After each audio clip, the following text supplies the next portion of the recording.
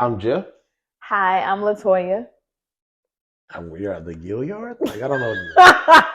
Okay, no, do it again. That was whack. That was whack. What we gonna say? You're gonna say Jeff. I'm gonna say Latoya, and then we're gonna say, and we are. Just say Jeff Gilyard. So I can say Latoya Carter Gilyard. Okay, cool. Okay, go. Hi, I'm Jeff Gilyard. Hi, I'm Latoya Carter Gilyard.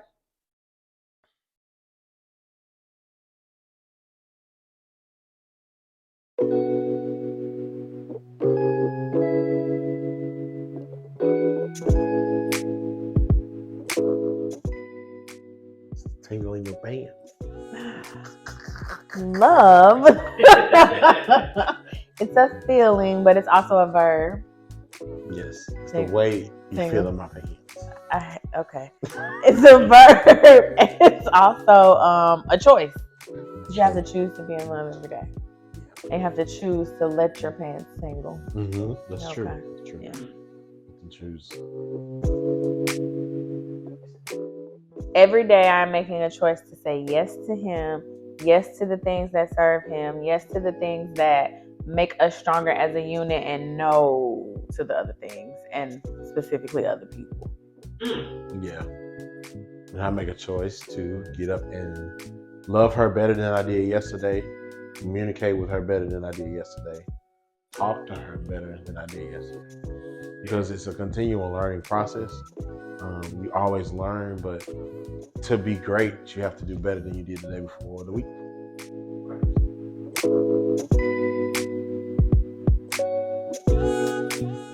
I work from home, so I'm not really. Yeah. But I do go to the gym. I do go to the gym, and there are some nice looking people at our gym.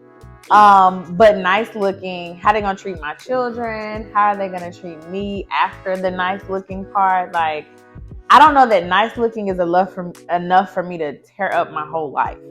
Like, our whole life is connected. So obviously there's love, but let's just be a little bit more practical. Like, we have a home, we have children, we have businesses. I just don't know that nice looking is worth that.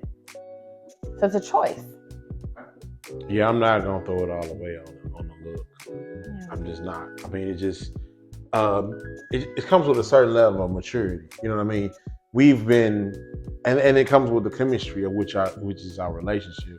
We laugh and joke and we talk and we play a lot, and so it could be somebody or something that we point out and be like, hey, you see that? You're like, yeah, I saw it. You think it was real? Yeah, I think it was real, or not. You know what I mean? We took a vacation to Puerto Rico, and I was like, hey, we in Puerto Rico. Can I look or what? Like, can I look? She was like, yeah, as long as I can look. Okay, you look twice, and I'm gonna look twice, and then we good. You know what I mean? So you just have to know who you with, and you have to know what boundaries. You have to put boundaries in place and then respect those boundaries, right?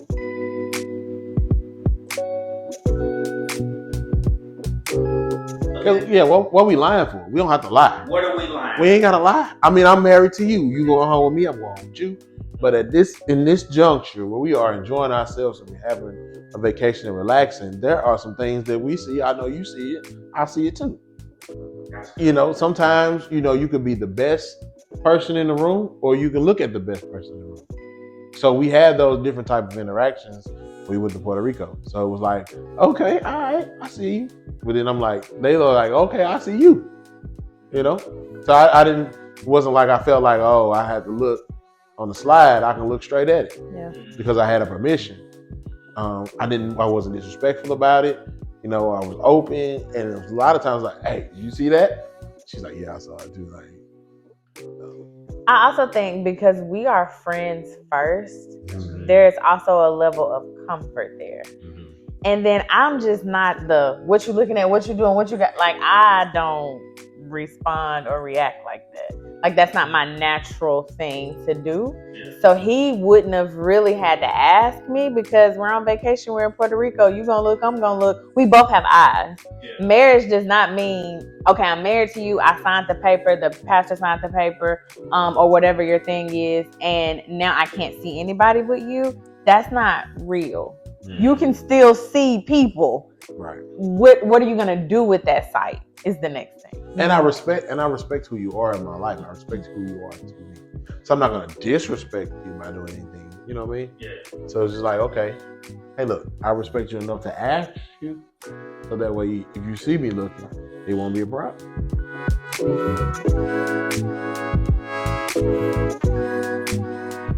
That we get questions all the time. Yeah. I feel like everywhere we are, like we get questions all the time. But I'm always careful to say, make sure you do what works at your house. Because how I run my house is not gonna be how you run your house. So this is what we have done, but make sure this is okay for you. Because for him to say, can I look, and for me to be like, yeah, as long as I can, like that feels good in our relationship. But you got to make sure you're okay with that too. You can't be like, oh, they did it, so we're gonna do it, but you're secretly dying inside when he looks at somebody else. Like, that's not smart. So I always make sure to preface it with like, this is what we did, but what feels good to you. Yeah.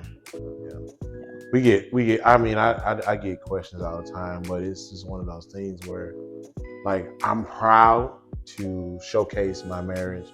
I'm proud to showcase who I'm with, because, like she said, that's my friend. So we kicking it. We having a ball. And how can y'all be like that? Well, you got to be friends first. You got to enjoy who you with. You know, we don't have any back thoughts. We don't have anything in the back of our mind like, I'm only doing this because. It's genuine fun. It's genuine banter. It's genuine, just being in the company of my friend. So I don't have a problem with being around her. I would rather be around her than somebody else, because that's my friend. I know she know what I'm thinking. I don't have to preface my thoughts. I don't have to worry about if I said it this way but really meant it this way. We just got that connection. So it's like, all right, cool. There's vulnerability, sounds like. Yeah. Mm-hmm. Oh yeah, and transparency.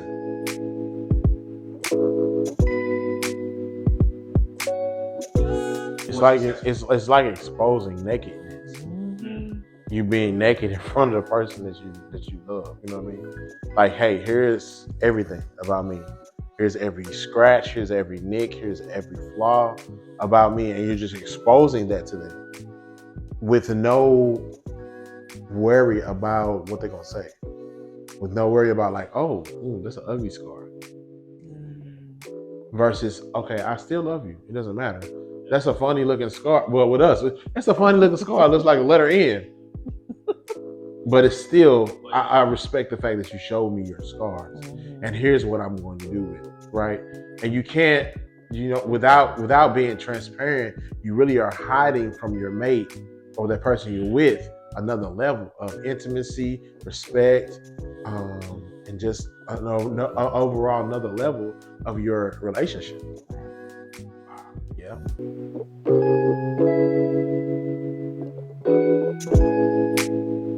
Because when you decided to get married, you said, this is who you are in my life. You put this person in that role, and you didn't have to. Most of the time you didn't have to. So when you gave them this role, it's disrespectful. It's like not even cool to hide yourself, because you said this is who they were in your life. They didn't say that. When you said I do, you said this was your person. And so to keep something from them, it's not cool. But then it also blocks out the level of closeness that you could have. So a lot of people ask us, like, how did y'all get to this place of being so cool? How are y'all so much fun together? Well, it comes from being open. It comes from showing the scars. It comes from the transparency. Like, you do yourself a disservice on top of the disrespect when you're not open.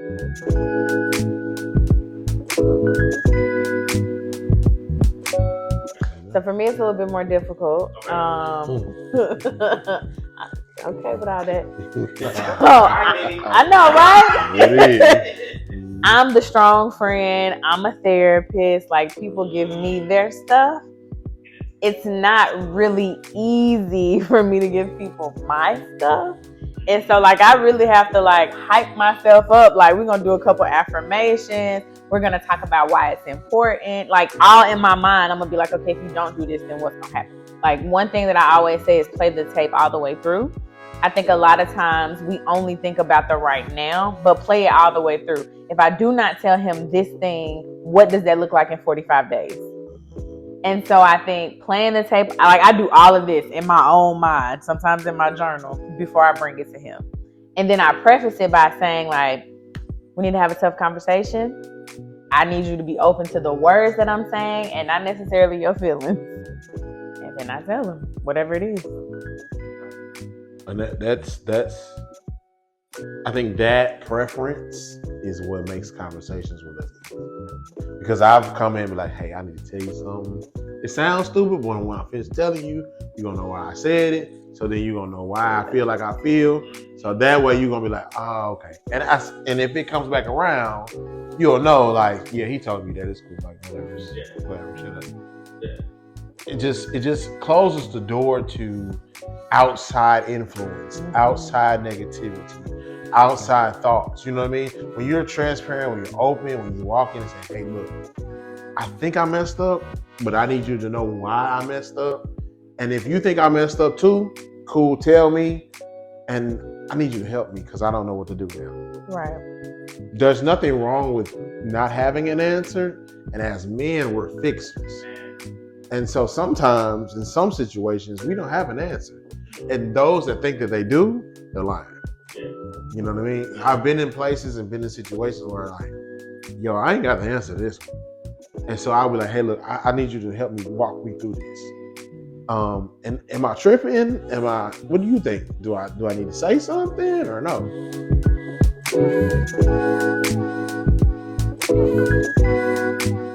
It's a soft pillow, honestly. For somebody that comes from where I come up through the background that I came up, and having the thoughts that you have, you're like, I'm gonna do this. And she goes, well, why? Well, it's just because I want to. Or just cause. No particular reason. And so it makes you think like, okay, that don't make sense. So no, I shouldn't do it. You know, with her, I've been able to walk through some of the toughest times of my life where I would have made wrong decisions that would have been detrimental to the rest of my life just by having a conversation with her. Just by being able to express how I really feel. We, as Black men, we come from places where we don't express our feelings. We just act. Yeah. If you are able to express your feelings and talk about them and then figure out the base of where they come from, then you'll be like, well, I ain't finna mess up my life for all that. Or the person you're gonna mess your life up for don't really even know or care that you're about to mess your life up for them. You know what I mean? So he's like, well, shoot, I'm gonna go home and sit down, put my feet up. She's helped me to walk through situations where we would react, I would think first, then react, versus react first, then think after I'm sitting behind bars.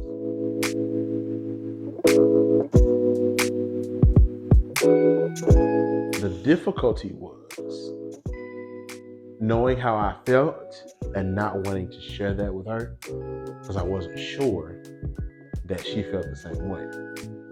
And so it was like, don't do that. Nah, bruh. She ain't, no. So for me, I'm the hopeless romantic type. I'm the storybook, ending type guy. And so I was there, but I didn't think she was there, right? Because she's a therapist. She's good at what she do. She's good at not letting you in all the way, but letting you in just enough to give you hope that like, okay, yeah, it could be this. And so I'm like, nope, I'm not doing that. I haven't been able to help. So it was difficult at first. It's still difficult if I'm being honest. But I think that comes from not only my profession, but also how I was raised. Like I grew up in a no-cry house. So you just gotta like figure it out. Like my home was very solution focused, not emotion focused. And then being a therapist, having to have those boundaries, like, cause the session can't be, we girlfriends, we kicking, like I'm trying to help you. So I think all of that makes it difficult for me. And I just really gotta take each situation as a new situation. And like, this is a new opportunity to show him a different side of me. This is a new opportunity to be vulnerable. This is a new opportunity to get it off of me. So it's still difficult for me.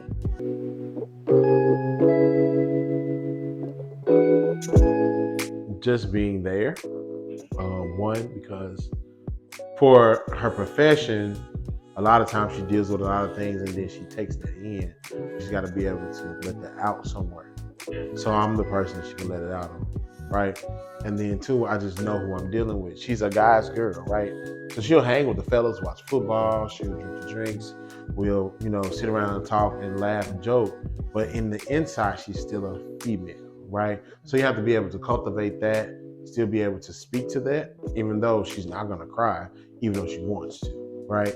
So you just have to be able to give her the open arms, the hugs. There's been times she's come out of her office, I'm like, come on, bring it in, bro. Bring it in. Because I know she needs a hug. She may not say, well, hug me. No, I know you need a hug because it's now 4:30. You've been in the office since 8 a.m. You've taken on everybody, every session, everybody's whatever, traumas, whatever you want to call them. And you've had nowhere to push that out on. So I'm just open to be that pincushion for her.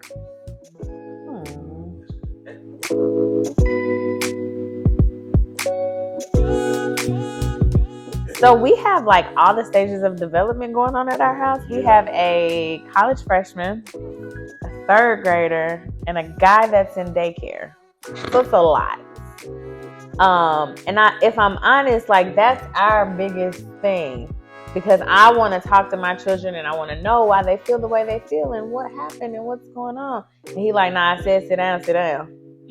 Mm-hmm. He's like old school. I'm new school, and so we're trying to find like middle.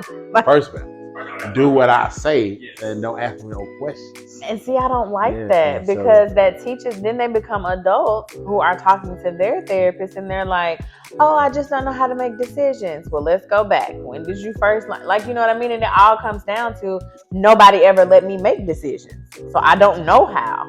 And now you 35 talking to me, and I'm trying to teach you how to make decisions. Or you're like, I got an anger problem. I punch holes in the wall. Okay, well, tell me how anger was shown to you at your house. My daddy said I couldn't have no feelings because I ain't pay no bills. Now you 35 talking to me. So I want my children to be able to express their feelings and stuff like that within reason. They're not disrespectful, but he like, they ain't got no feelings. Not they ain't got no feelings. Yep. They just ain't got no say so. Okay. You don't pay no bills. I don't care how you feel. I care how you feel. She care how you feel. I don't care. I mean, and I do. I mean, I'm getting there. Like I've gone through a myriad of thoughts because that's what it was growing up in my house. My mama didn't care how you felt. My daddy didn't care how you felt. You do what I say.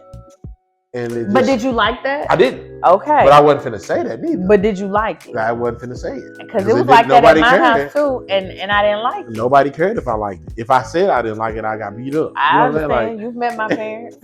It was one of, like, I mean, like what? Like now here comes the belt. Like we got to start all. So no. So now it's like, okay, what is the thought process? Okay. So like, okay, let's talk about it. Why are you mad? Why do you keep doing the things that you do? If you do this, then I'm going to have to do that.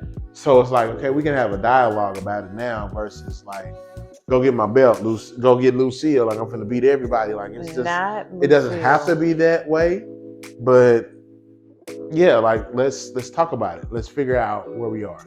Is it something that daddy is doing wrong? Is it something that mommy didn't do right? Or is it just something that you just don't want to do? And now we have to figure this out. Right. Either way, we need to come to a conclusion, whether it be punishment, the belt, you doing it or not, there's a conclusion somewhere. We didn't have those type of tools growing up. You know what I mean? We didn't have those type of things in place to where like, okay, I don't understand why I have to because you said so, but I'm going to do it because I don't want to get whooped, right? Now it's like, okay, well, I don't like this. I don't like that. Well, why don't you like that? Well, because what? Now we can talk about it, right? It's not a hostile situation if I don't. And so that was my goal. Like, I don't want to create the hostile situation. Let's figure out what the situation is and deal with it, right? And to me, in my mind, it's the way of bridging the gap that should have been there between me and my dad.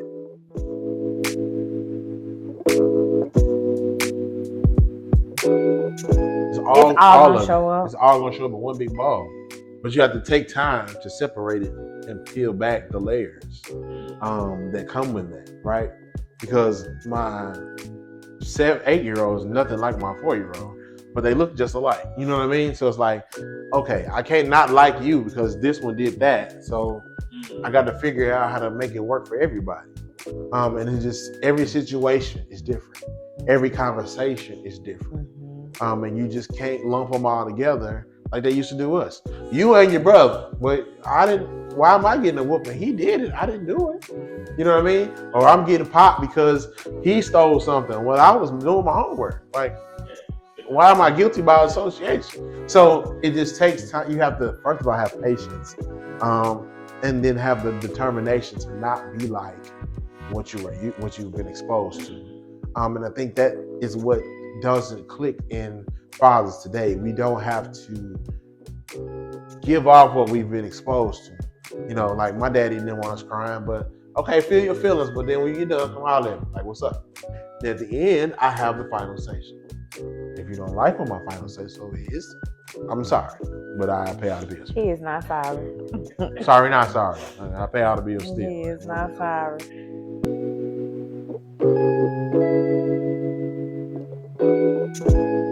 Off the bat. Okay. Off the bat. I'm a whooper. You're not a whooper. You don't whoop. I don't talk. whoop. You talk, and you want to, have a. Because I want to understand. Meeting. I want to whoop. I come from whooping. I want to whoop. There's nothing wrong with whooping. Let me say I'm not against corporal punishment, but I just think like, why are we doing that first? Because you was wrong. Why are we doing that first? Well, you was wrong. I said, and you did something else. Okay, and so let me understand what happened right there, and let me teach you something, and then if we still need to whoop, we can whoop. I'm not against it.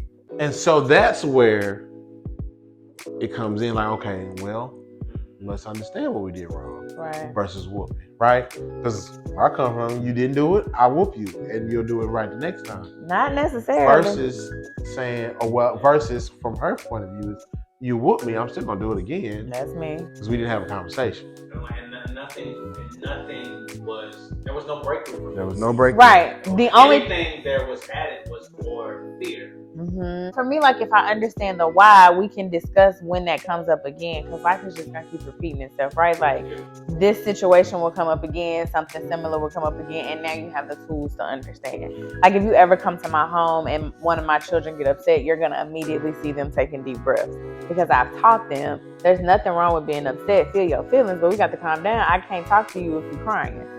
Count to 10, come back. You know what I mean? I think that we have to be able to navigate and regulate our emotions before we just start whooping people. And so for me, when you breathing deep and you breathing hard, that means you want to fight. So no, it means that mama is a therapist. I'm and thinking she said, take a in the deep other breath. room, you ready to come out and fight me. So I'm finna fight. Like we finna fight together. You're not finna whoop me. No. My son pats his thighs and does this. Because he hung out with his granddad. That means you want to fight me. I say, hey, he be like, you pop your thighs and throw your hands up. My son's best friend is his 70-something-year-old granddad. We finna rumble because you pat your thighs and you throw your hands up.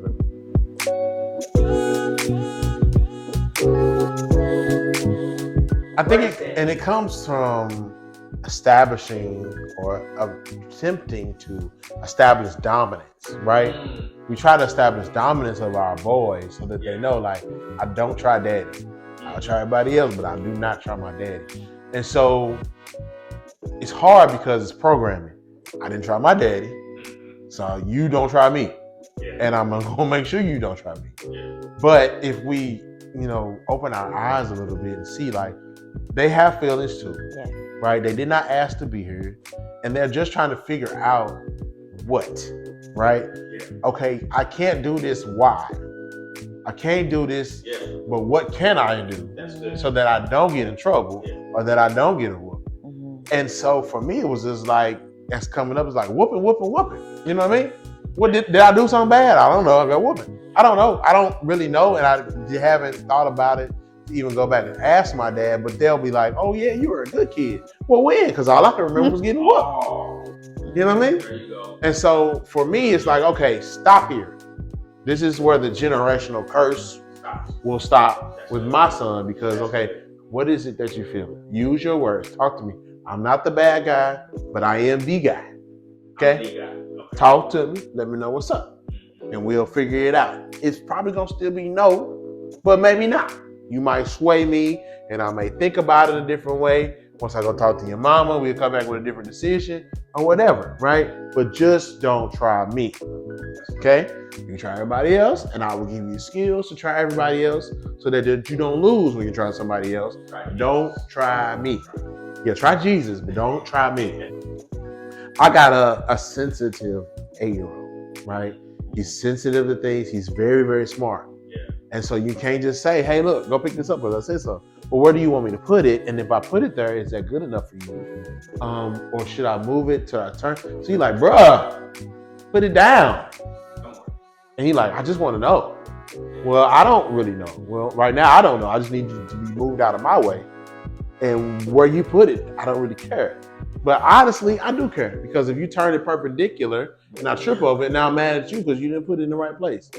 But he asked, what was the right place for me to put it when he first had it. So you just have to kind of overall think big picture and then scale back to what is going to affect you. You're talking back, but you're not really talking back. You're just kind of telling me how you feeling.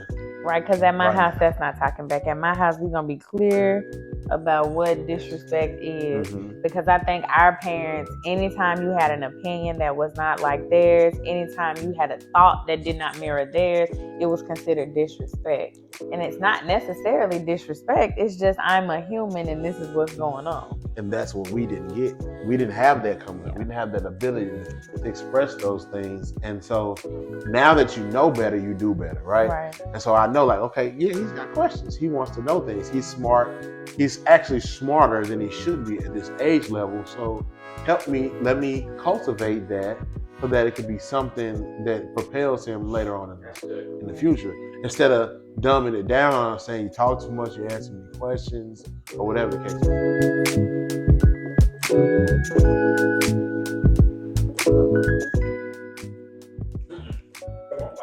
Oh, I'm going first. Yes, because I got mine. Oh, you got just yours like ready. that. Yeah. I appreciate. I do appreciate her insight, because whereas, like I said, I'm a man. I'm a fixer. I'm a go get it, whatever it. But sometimes there's ways to go get it. There are ways to fix it. There's different avenues, different streets that we should explore versus a one-way street. I only know one way to go get it. That may not be the right way to go get it. You know what I'm saying? So I appreciate her insight with helping me be able to take a step back, see the big picture, and then, go forward. And then just her swag. Like, I love her swag. So it's like, okay, with her, next to her, I can take on the world. You know what I mean? With her, when I look and see that smile, I'm taking on everything. And that's just it. That's it. That's all. I don't need nothing else. It's the go juice. So my thing is his ability to get it done. Whatever it is, he is going to get it done. It does not matter if he got $5, $500, it's going to get done. And I appreciate that.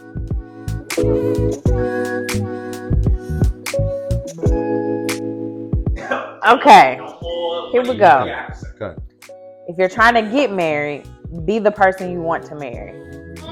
You cannot want a high value man and you're not a high value woman. That's the quote right there. That's it. That's it. Cut everything else. That's all. That's it. That's all. Right, if you are married, remember why you got married and continue to make that choice every day. That's what I would say. And if you're done with marriage, go outside. Live your best life. If you're done with marriage and you're not 100% sure that you are done. You see? That's what I'm saying is happening. All this old time is happening. It's going on. Right. When y'all see this, y'all gonna realize. Right, for real. And so if you are in a stage or a thought process of that you're done with your marriage, Yes, sir. first of all, think back to the day you saw her come down the aisle. And it's everything that led up to her walking down the aisle. Is it worth throwing it away right now? I'm the lovey-dovey marriage forever and ever, always. Yes. You know what I mean? I'm just that guy. So I'm gonna always find the positive side of it. I'm gonna always find the nook and the cranny of the inkling of hope. These two eyes. The ray. On the shirt.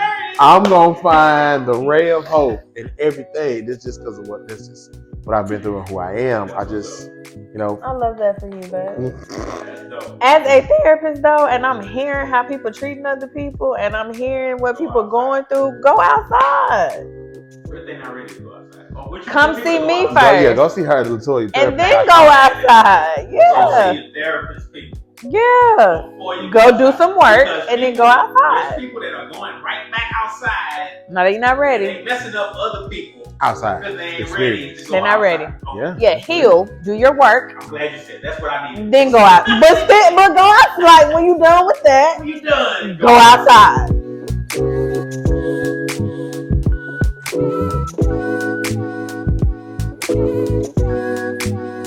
Funny, but kind of ties into the shirts that you all are wearing right now. She sort of has to be all day Tupac. Right. You get it now, You right? understand that? Yes. Yeah. Yes, Biggie is more relaxed and takes Yeah. over. Yeah. And Tupac is more first off. Yeah. And that is me. Exactly. That No, I get it. Exactly. Yeah. I get it. Exactly. It makes sense. Yep.